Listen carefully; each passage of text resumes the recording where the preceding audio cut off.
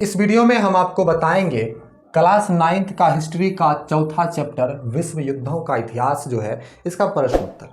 आपको बोर्ड ठीक से दिखेगा, बस शकल ठीक से नहीं दिखेगा बिकॉज लाइटिंग प्रॉब्लम है, तो थोड़ा सा आप लोग एडजस्टमेंट कीजिएगा क्योंकि बात काम की हो रही है। ठीक है, आपको इसे देख लीजिए ध्यान से, आपको अच्छी से दिखेगा। ठीक है, तो चलिए शुरू करते हैं। सारा ऑब्जेक्टिव जानेंगे और लघु और अति लघु जानेंगे, दीर्घ नहीं जानेंगे। आपको पहले बता देते हैं, स्क्रीनशॉट करने को मिलेगा, पीडीएफ भी आप चाहिएगा तो आपको मिलेगा। तो चलिए शुरू करते हैं।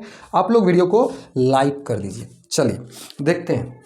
तो सबसे पहला प्रश्न है, प्रथम विश्व युद्ध कब आरंभ हुआ? तो प्रथम विश्व युद्ध आपको पता है 1914 में आरंभ हुआ, 1918 तक चला। ऑप्शन नंबर घ इसका होगा। ठीक है, चलिए आगे हम बढ़ते हैं। आगे आपका दूसरा प्रश्न है। चलिए दूसरा प्रश्न, प्रथम विश्व युद्ध में किसकी हार हुई? तो प्रथम विश्व युद्ध में जो है हार हुई थी जर्मनी की। किसकी हार हुई थी? जर्मनी की, क्योंकि ये जो है अमेरिका, रूस और इंग्लैंड ये तीनों मित्र राष्ट्र थे, तो ये तीनों एक साथ थे। विरोध में जर्मनी था, तो जर्मनी की हार हुई।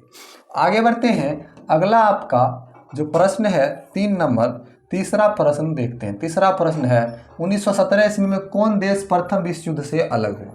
तो बोले ना बीच से पूछता है, जब हम आपको पढ़ा रहे थे, तो तीसरा प्रश्न का उत्तर होगा ऑप्शन नंबर क, रूस। 1917 में विश्व युद्ध से, प्रथम विश्व युद्ध से रूस अलग हुआ। अगला है, वर्साई की संधि के फलस्वरूप इनमें से किस महादेश का मानचित्र ही बदल गया? तो किस महादेश का? इसका आंसर हो जाएगा यूरोप महादेश का। यूरोप महादेश का मानचित्र वर्साई की संधि के बाद बदल गया। आगे बढ़ते हैं, आप नोट करते जाइए। आपका पांचवा प्रश्न,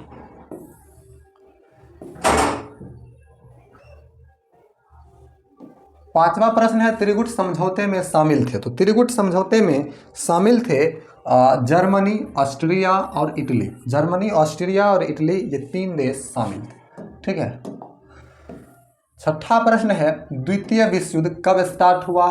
तो द्वितीय विश्व युद्ध जो है आपका 1939 ईस्वी में स्टार्ट हुआ था। अगला है, जर्मनी को पराजित करने का श्रेय किस देश को जाता है? देख लेते हैं अगला प्रश्न। जर्मनी को पराजित करने का श्रेय किस देश को जाता है? ऑप्शन नंबर होगा घ, इंग्लैंड। जर्मनी को पराजित करने का श्रेय इंग्लैंड को जाता है। द्वितीय विश्व युद्ध में कौन सा देश पराजित हुआ? तो द्वितीय विश्व युद्ध में भी जो है जर्मनी ही पराजित हुआ। प्रथम में भी जर्मनी और द्वितीय में भी जर्मनी ही पराजित हुआ। आगे आपका प्रश्न संख्या 9 देख लेते हैं। 9वां प्रश्न है, द्वितीय विश्व युद्ध में पहला एटम बम कहाँ गिराया गया? तो पहला एटम बम जो है हिरोशिमा पर गिराया गया था। पहला एटम बम हिरोशिमा पर और दूसरा नागासाकी पर। अगला है, द्वितीय विश्व युद्ध का अंत कब हुआ? तो द्वितीय विश्व युद्ध का अंत जो है 1945 में हुआ था। द्वितीय विश्व युद्ध का अंत 1945 में हुआ था। आते हैं रिक्त स्थान में, है रिक्त स्थानों की पूर्ति करें। चलिए रिक्त स्थानों की पूर्ति करते हैं। ठीक है, द्वितीय विश्व युद्ध के फलस्वरूप डैश साम्राज्य का पतन हुआ? तो द्वितीय विश्व युद्ध के फलस्वरूप साम्राज्यवादी, किसका? साम्राज्यवादी,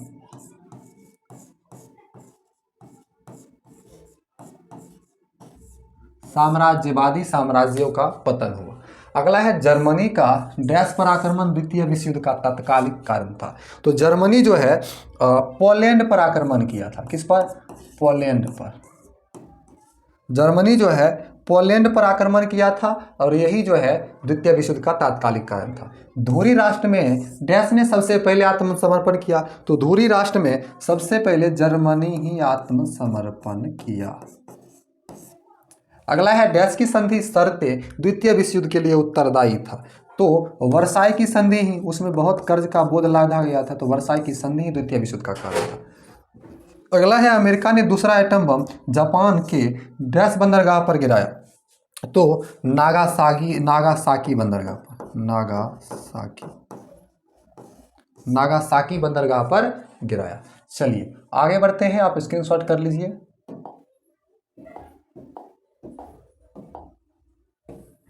छठा प्रश्न,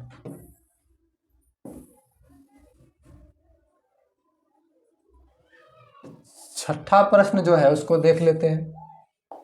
छठा प्रश्न है, डैश की संधि में ही द्वितीय विश्व युद्ध की बीज निहित थी? तो डैश वर्साई की संधि होगा। वर्साई की संधि में ही द्वितीय विश्व युद्ध की बीज निहित थी। प्रथम विश्व युद्ध के बाद डैश एक विश्व शक्ति बनकर उभरा? तो प्रथम विश्व युद्ध के बाद जो है जापान जापान एक विश्व शक्ति बनकर उभरा। ठीक है, अगला है प्रथम विश्व युद्ध के बाद मित्र राष्ट्रों ने जर्मनी के साथ डैश की संधि की, तो शांति की संधि की, शांति की संधि की।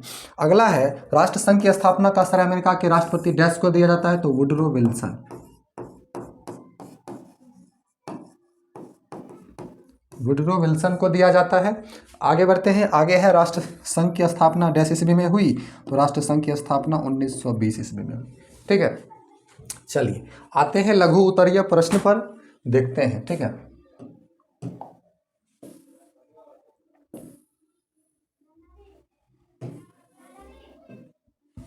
देखिए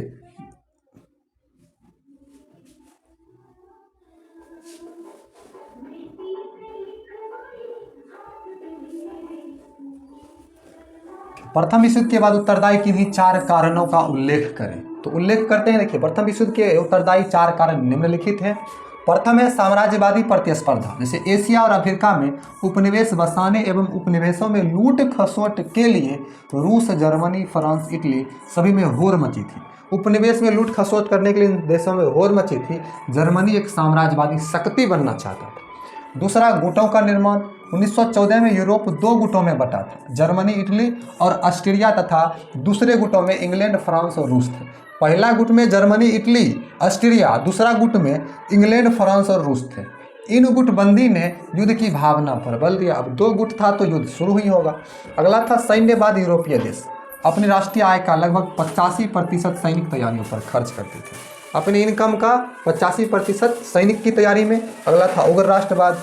19वीं शताब्दी में यूरोप के देशों में राष्ट्रीयता का संचार उग्र रूप धारण करता गया। इससे सभी देश आपसी तनावग्रस्त हुए। तो इस प्रकार से इसका आंसर हुआ, आप इसका स्क्रीनशॉट कर लीजिए। चलिए आगे बढ़ते हैं दूसरी प्रश्न की ओर।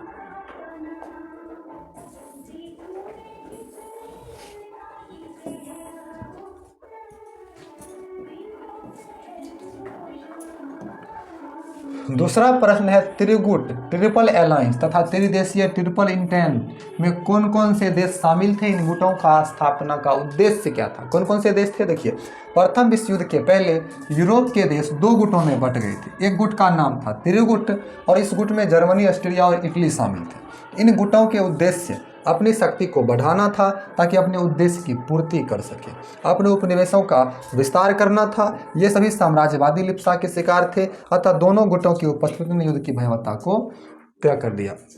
तो दोनों गुट की जो भयावहता है उपस्थिति युद्ध की भयावहता को तय किया। आगे बढ़ते हैं, स्क्रीनशॉट कर लीजिए आप।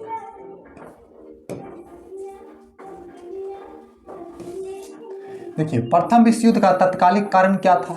प्रथम विश्व का तत्कालिक कारण था 28 जून 1914 ईस्वी को बोस्निया की राजधानी साराजेवो में ऑस्ट्रिया के राजकुमार आर्कड्यूक फर्डिनेंड की हत्या सार्व जाति के किसी व्यक्ति ने कर दी।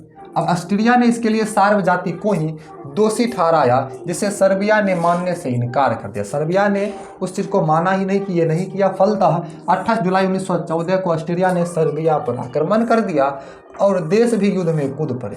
और देश मतलब दूसरे देश भी युद्ध में कूद पड़े। इस प्रकार आर्कड्यूक फर्डिनेंड की हत्या युद्ध के तत्कालिक कारण के रूप में सामने आया।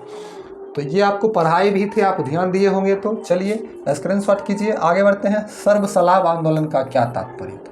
तो तुर्की तथा ऑस्ट्रिया के अधिकांश निवासी सलाव जाति की थी। उन लोगों ने सर्ब सलाव आंदोलन की शुरुआत की, जो इस सिद्धांत पर आधारित था कि यूरोप के सभी सलाव जाति के लोग एक सलाव हैं। ये सलाव बाल्कन क्षेत्र में एक संयुक्त सलाव राज्य कायम करना चाहते थे। इसके लिए उन्हें रूस का समर्थन प्राप्त था। तो इस कारण भी था, यही तात्पर्य। आप स्क्रीनशॉट कीजिए दोनों प्रश्न का। चलिए आगे बढ़ते हैं।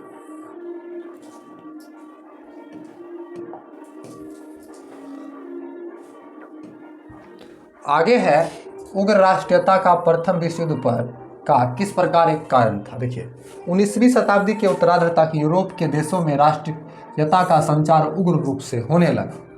समान जाति, धर्म, भाषा और ऐतिहासिक परंपरा के लोग एक साथ मिलकर अलग देश का निर्माण चाहने लगे। तुर्की साम्राज्य तथा ऑस्ट्रिया हंगरी में अधिकांश निवासी सलाव जाति के थे। उन लोगों ने सर्ब सलाव आंदोलन की शुरुआत की थी, जो सिद्धांत पर आधारित था कि यूरोप के सभी सलाव जाति के लोग एक राष्ट्र हैं। इसने ऑस्ट्रिया का हंगरी का रूस के साथ संबंध कटु बना दिया। ऑस्ट्रिया का हंगरी के तथा रूस के साथ कटु संबंध बना दिया।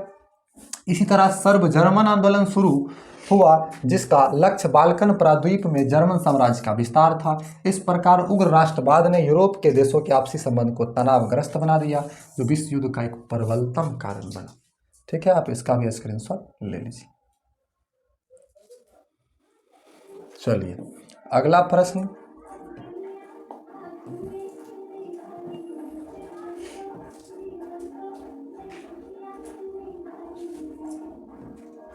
अगला प्रश्न है द्वितीय विश्व युद्ध प्रथम विश्व युद्ध की ही परिणति थी कैसे। देखिए, द्वितीय विश्व युद्ध एक प्रतिशोधात्मक युद्ध था, बदला का युद्ध था। इस युद्ध के बीज वर्साय की संधि में ही बो दिए गए थे। मित्र राष्ट्रों ने जिस प्रकार व्यवहार जर्मनी के साथ किया, जर्मनी पर ही सब कर्ज लाद दिया था, उसे जर्मनी के लोग कभी भूल नहीं सकते थे। जर्मनी को इस संधि पर हस्ताक्षर करने को विवश कर दिया गया था। संधि के शर्तों के अनुसार जो है जर्मन साम्राज्य का एक बड़ा भाग मित्र राष्ट्रों ने उसे छीन कर आपस में बांट लिया, उसके सैनिक को आर्थिक दृष्टि से पंगु बना दिया। अतः जर्मनी वाले वर्साय संधि को एक राष्ट्रीय कलंक मानते थे। उसमें मित्र राष्ट्रों के प्रति प्रतिशोध की भावना जगी। हिटलर ने इस मनोभावना को और भी उभार कर रख दिया। उसने वर्साय की संधि की धज्जियां उड़ा दी। विजित राष्ट्र गुप्त संधियों के माध्यम से जुटलाते भी रहे, जिससे पराजित राष्ट्र हकीकत को जानकर बौखलाहट से भर गए। हिटलर ने द्वितीय विश्व युद्ध आरंभ कर दिया। स्क्रीनशॉट कीजिए, आगे बढ़ते हैं।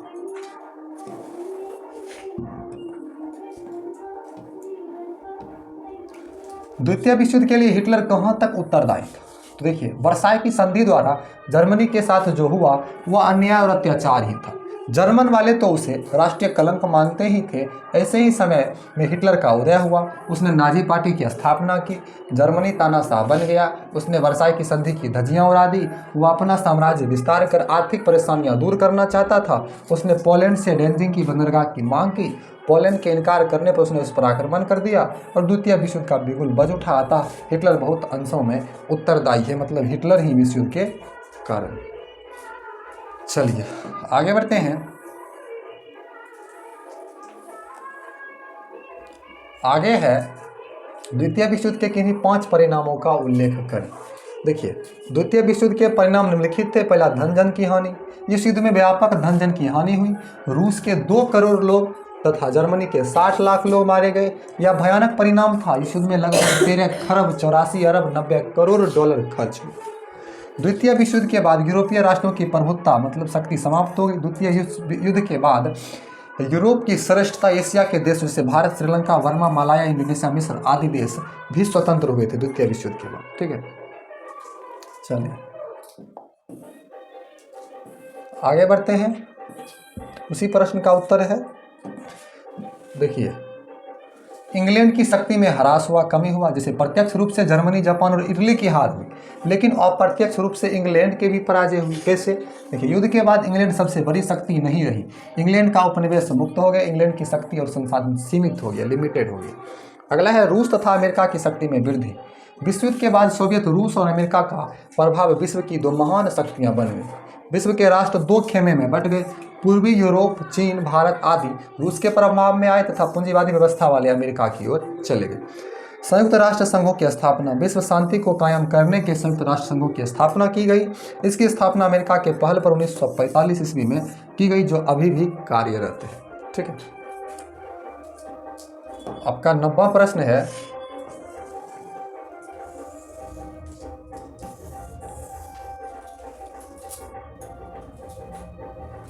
तुष्टीकरण की नीति क्या है? देखिए, तुष्टीकरण की नीति भी द्वितीय विश्व युद्ध का एक कारण बना। पश्चिमी पूंजीवादी देश इंग्लैंड तथा फ्रांस रूस को नफरत की दृष्टि से देखते थे। वे चाहते थे कि हिटलर किसी तरह रूस पर हमला कर दे, जिससे दोनों देश कमजोर हो जाए। तब वे हस्तक्षेप करके दोनों की शक्तियों को बर्बाद कर देंगे। उस नीति को तुष्टीकरण की नीति से जाना जाता है। तुष्टीकरण की दिशा में म्यूनिख समझौता था। अगला है राष्ट्रसंघ क्यों असफल रहा?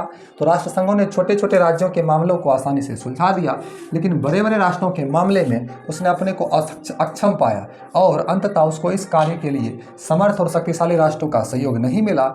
हर निर्णायक कार्रवाई की घड़ी में शक्तिशाली राष्ट्रों ने अपने निहित स्वार्थ में हाथ खड़ा कर लिया। अतः बड़े राष्ट्रों के दबाव तथा अन्य दुर्बलताओं के कारण राष्ट्रसंघ की उपयोगिता समाप्त हो गई। जापान, जर्मनी तथा इटली राष्ट्रसंघ से अलग होकर मनमानी करने लगे, जिसके कारण छोटे राष्ट्रों का संयुक्त राष्ट्र पर विश्वास नहीं रहा। इस प्रकार संयुक्त राष्ट्र संघ की असफलता ने द्वितीय विश्व युद्ध के मार्ग को प्रशस्त किया। ठीक है, तो इस प्रकार से हमने इस वीडियो में आपको चौथा चैप्टर विश्व युद्धों का इतिहास जो है उसका सभी प्रश्न का उत्तर बताया।